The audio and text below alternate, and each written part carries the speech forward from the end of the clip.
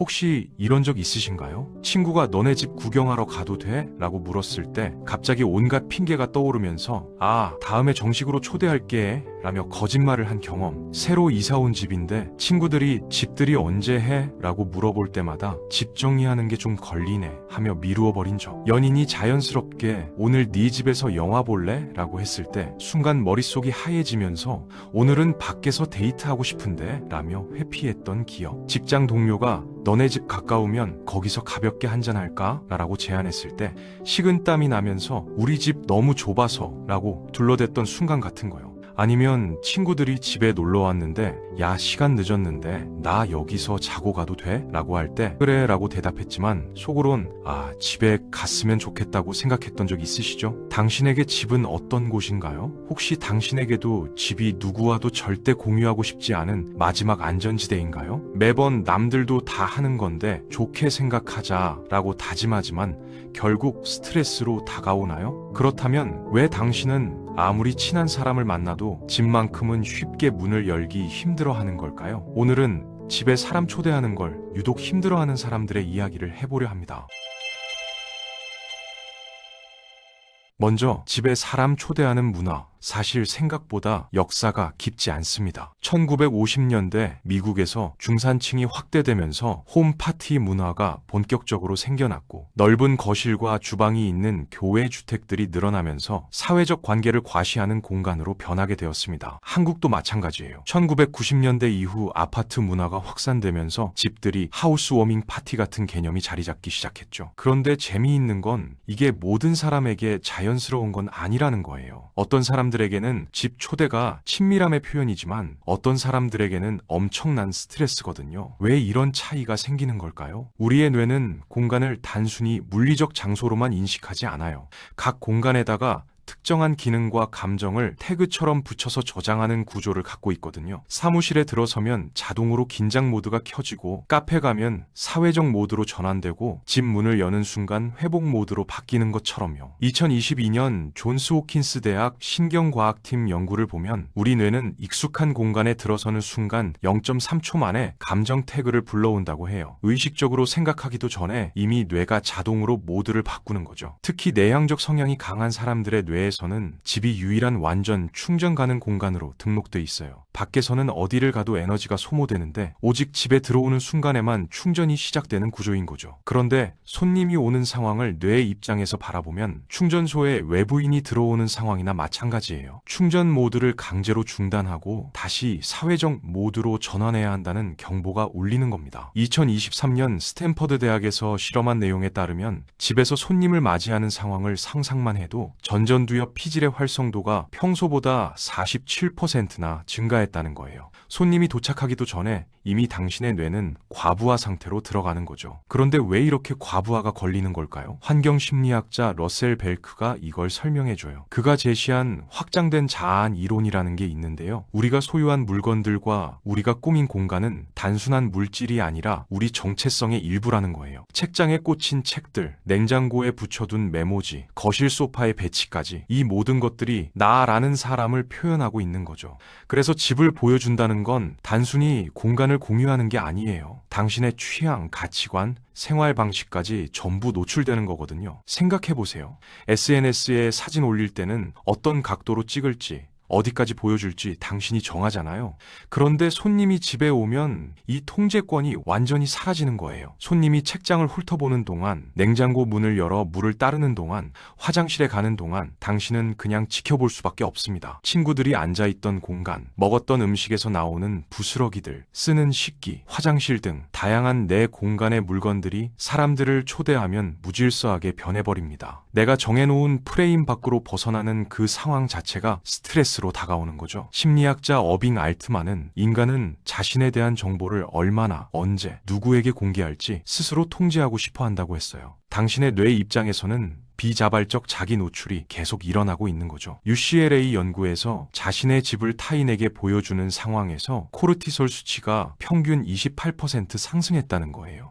이건 실제 위협 반응에 나올 법한 결과와 거의 동일합니다. 그럼 당신의 뇌는 집을 초대할 때 구체적으로 뭘 하고 있는 걸까요? 집 초대를 힘들어하는 사람들의 뇌는 3개 채널을 동시에 가동하게 됩니다. 첫 번째는 물리적 준비 채널이에요. 청소는 어디까지 해야 하나? 음식은 뭘 준비해야 하나? 거실 조명은 괜찮나? 같은 집을 초대하기 위한 사전 준비에 해당합니다. 두 번째는 상대 감정 모니터링 채널이에요. 사람들이 이미 내 공간에 들어온 순간부터 저 사람 지금 불편한 건 아닐까? 우리 집이 너무 좁다고 생각하면 어떡하지? 뭐 필요한 게 있지는 않은지 같은 거죠. 마지막으로 자기 평가 채널이에요. 나 지금 괜찮은 호스트로 보이나? 집이 부족해 보이지 않을까? 이런 것 좀 미리 사둘 걸. 준비가 너무 부족했네. 같은 호스트로서의 자신을 평가하는 거죠. 이렇게 3가지의 채널이 동시에 풀가동되면서 당신의 작업 기억을 엄청나게 소모하는 거예요. 컴퓨터로 치면 램이 100% 풀로 돌아가는 상태죠. 2021년 AIT 연구에 따르면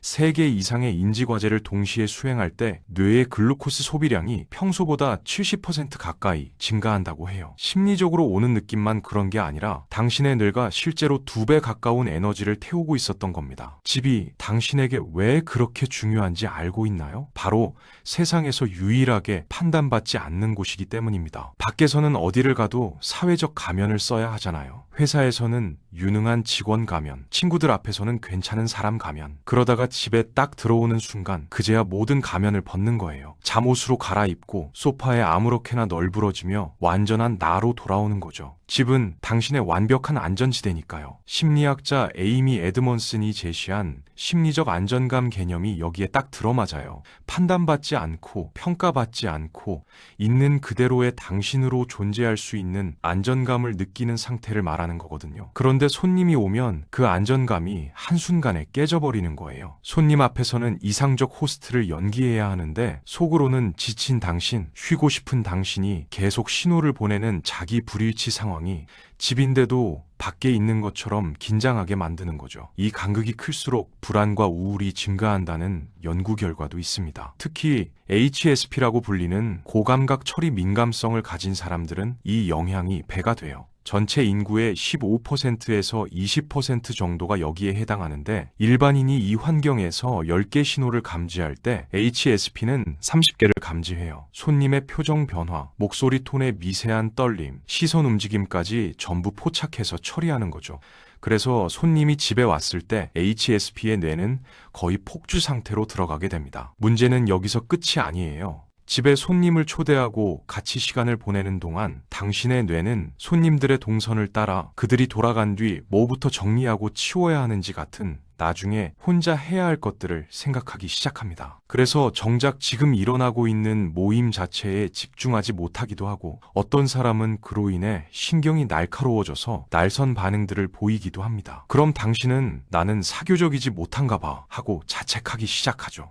이 자책이 쌓이면 다음번에 손님 초대하는 게 더 부담스러워지죠. 그래서 점점 더 초대를 안 하게 되고 관계 연결이 약해지고 고립감이 증가하는 악순환에 빠지는 거예요. 심리학자 마틴 셀리그만의 학습된 무기력 이론에 따르면 부정적 경험이 반복되면 나는 이걸 잘 못하는 사람이야 라는 믿음이 고착되고 그 믿음이 행동을 더욱 제한하게 된다고 합니다. 그리고 사회적 상황에서 부정적 경험을 3회에서 5회 반복하면 회피 행동이 고착화되기 시작한다고 해요. 즉 집 초대를 3번에서 5번 정도 힘들게 경험하면 당신의 뇌가 그걸 위험 신호로 완전히 등록해버리는 거죠. 여기서 질문 하나 던져보겠습니다. 당신은 정말로 집에 사람을 초대하고 싶으신가요? 혹시 사교적인 사람은 집에 사람을 초대해야 해 라는 사회적 기대 때문에 스스로를 괴롭히고 있는 건 아닌가요? 그렇다면 세상의 틀에 자신을 끼워 맞추려 하지 말고 집은 나만의 휴식 공간이어야 편해라고 인정하는 게 먼저예요. 나는 집에 사람 부르는 걸 잘 못해가 아니라 나는 집을 나만의 공간으로 유지하고 싶어로 프레임을 바꾸는 순간 모든 게 달라져요. 심리학자 데릴 뱀의 자기지각 이론으로 설명하면 우리는 자신의 행동을 관찰하면서 나는 어떤 사람인가를 파악한다는 거예요.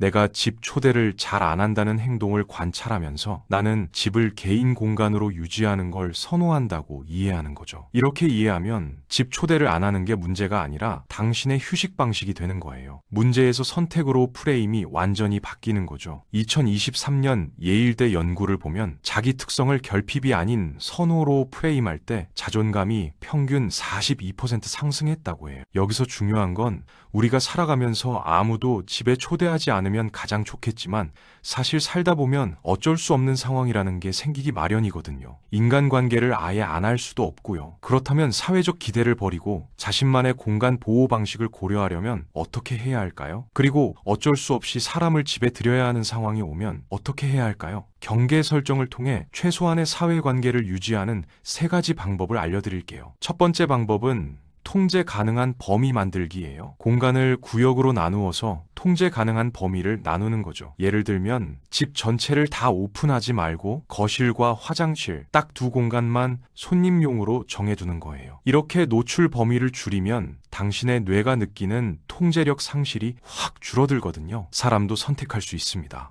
사실 모두가 그런 건 아니지만 가끔 손님으로서의 에티켓이 없는 사람도 있기 마련이죠.